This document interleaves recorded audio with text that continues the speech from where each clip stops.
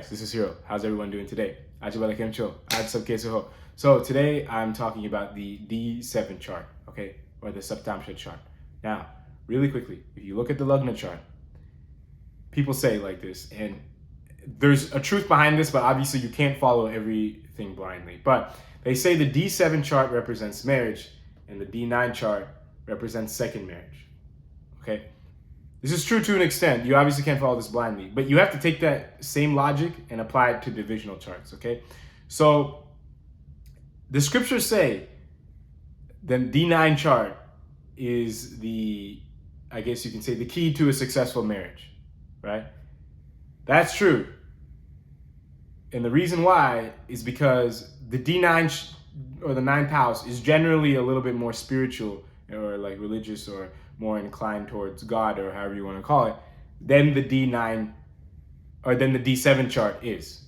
Okay, but the D7 chart is also very, very important, especially for the more materialistic aspects of marriage that we all look for in today's modern day and time. Okay, this is why the D7 chart represents marriage. It's like, you know, the more superficial things you look for, and then once you snap out of your illusion and let's just say you go through some breakup or something like that, then the ninth house energies get more activated and you start looking for someone that's going to appeal to you for more from a higher spiritual elevated state of consciousness. Okay, and this doesn't necessarily mean first, second versus second marriage. Just real quick, in the Lugna chart, the ninth house could also represent how your marriage will evolve over time. Okay, the same marriage you're into, you don't necessarily have to break the first one and then the second marriage is only seen from the ninth house. You could also kind of see when you're younger in life, the seventh house is more applicable towards marriage, obviously, because you're looking for more materialistic things. And as you kind of wisen up, then the ninth house becomes more applicable, okay?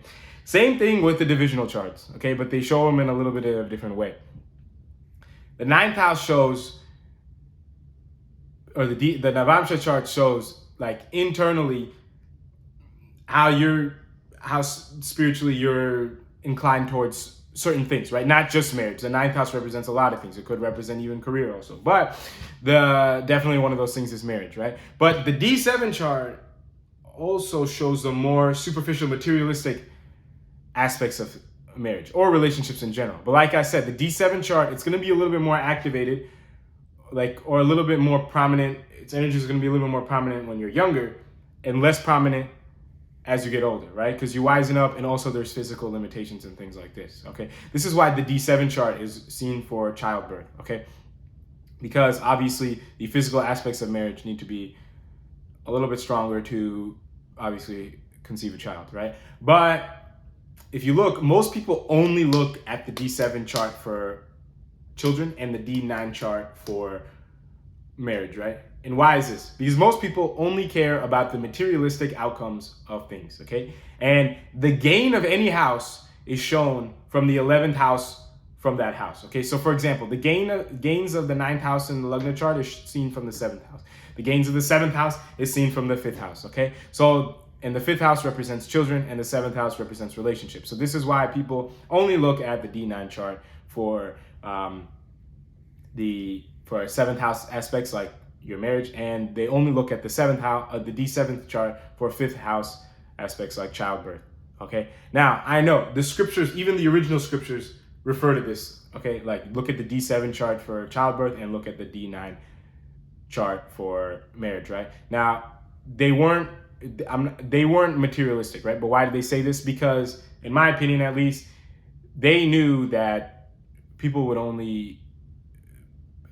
that needed the guidance would only look at these charts for very certain purposes. And then so they gave these specific isolated things to look for in these charts that they knew people would care about the most, okay? But the D7 chart, you can look for a lot more than just childbirth, okay? You can see how the marriage is actually operating from a material standpoint, okay? From a spiritual standpoint, it's a D9 chart, okay? But from a materialistic standpoint, all the crap that most of us care about in today's day and age, at least on the outside, is mainly seen from the D7 chart, okay? I'll give you an example.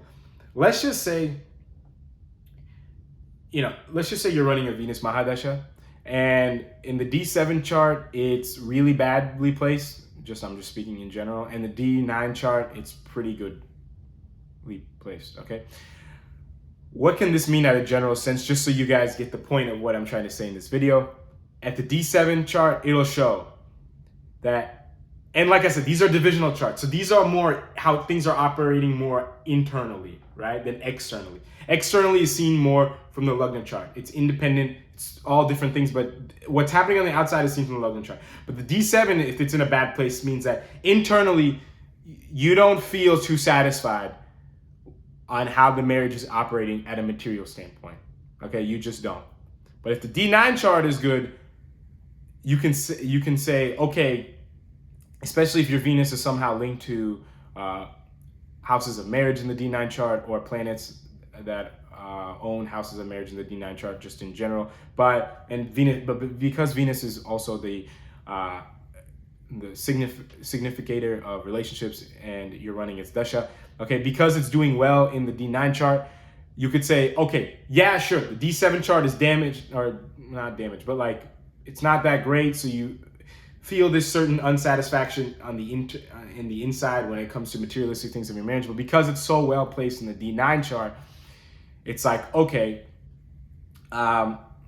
we understand a little bit that we're not going to get everything we want. Like if Venus is in Pisces, right, exalted, we understand that we need to let go of all that kind of stuff, and we just need to accept the way everything is. And let's just say it's conjoined Jupiter, which is a really good placement. Venus in the D9 in Pisces conjoined Jupiter, but let's just say it's conjoined Jupiter. Then, okay, Jupiter's giving Venus the wisdom to say, hey, you know what?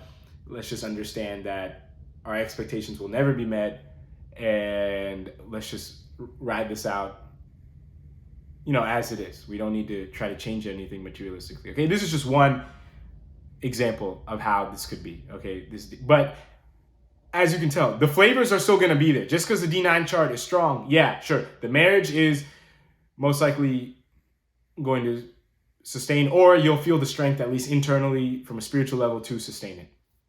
Okay, but that flavor of the D7 chart is still going to be there, and that still is very important. Okay, because we all have egos and minds and to deal with thoughts and emotions and things like this. So it's very important that these are recognized, especially because marriage is such a big part of our life in any relationships and things like that. So it's just important to look at it, to kind of see, okay, what's happening from more of a materialistic standpoint. Okay, I'll give you an example. Let's just say you're running the Venus and it's debilitated in the 5th house. Okay, it's in Virgo in the 5th house. Okay, so it's actually your Lugna Lord in the D7 chart. Okay, this can show like, okay, you're not satisfied with 5th house things. So romance, or let's just say, I'm just speaking very, very in general, okay? But with romance, or like with children, if they're not coming that fast, or you're not getting, let's just say somehow your child is not ending up exactly how you thought it would be, especially because Venus Mahadash has a long period, it'll show some frustration there. Okay, this is kind of what it means, just at a very, very, very general standpoint. Okay, but like I said, the D7 chart is really important when it comes to 7th and 5th house things. Okay, in the Lugna chart, because the D7 chart, it's literally the representation of the 7th house, and like I said, the gains of that 7th house are seen 11th from that position, so the 5th house. So it's going to show basically any 5th house things that come in your life, you have to see a little bit of the 7th house, right? Because the gains of the 7th is the 5th. Okay, so the 7th house directly shows how much 5th house things you'll get. Okay, so that's just one thing you need to see in the D7 chart. And most likely for those of us operating at a more material frequency, especially for those of us who are younger, if there's some problems in relationships and things like that, always look at this D7 chart. See, okay, what dasha am I running? How is that planet placed there? And try to figure some stuff out, okay, based off of the house it is and sign it's in. And I kind of gave you a couple examples. Now, for those of us, let's just say things are going really well materially, right? Or let's just say for those of us who are a little bit more spiritually inclined, and there's still something off or whatever, most likely it might have to do something with how things are operating at a spiritual frequency. And at that point, we need to look at the D9 chart to see how things are going there. Okay, but they're both important. Obviously, the D9 chart is more important for marriage than the D7, in my opinion, because for those of us spiritually inclined or elevated, we could spiritually kind of tackle all the obstacles from that, most of the obstacles that are shown from materially from the D7 chart. Okay, but the D7 chart, like I said, it's still really, really important. It's still really, really important to understand the awareness and the importance that that chart provides, which is how things are operating materially in your marriage, okay? And the D7 chart can actually show a lot of stuff, right? Not just marriage, like I said, how things are operating materially, but like childbirth, as a lot of you guys might know, and as the scriptures have stated.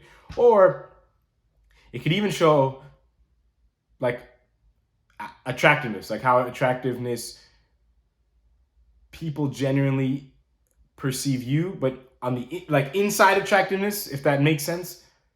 Or it could also show your partner's attractiveness, but how people see them on the inside. I'll give you an example, and then I'm done with this video. This is like a little hint for those of you who stayed till the end of this video. Okay, the outside attractiveness is shown from the Lugna chart, right? But you know how there's just some people, they're not necessarily super, super good looking, but there's just something about them that draws you to them, okay? I'd strongly, strongly recommend that you take a good look at their D7 chart and see if, based off of the dasha they're running, if there's some position there that's drawing them, that's making people feel that way a little bit about them, okay? Especially like if the Lugna Lord in the D7 chart is really well placed and they're running that planet's Mahadasha. I'm just giving you a very general, basic example, but that could mean that, okay, for that person, like I said, how good looking they actually are is from the D1 chart. But if there's just, you know, that something about them factor from a material, that especially draws a lot of material people to them, like for no reason explained, take a look at the D7 chart, okay? But this is something super minor, so I'll just leave it as that. But just wanted to throw that out there for those of you guys who stayed till the end, okay? So that's it for this video. If you have any questions or comments about anything, but specifically this D7 chart video, you can let me know. And until next time, I'll talk to you guys later. Thank you very much for watching.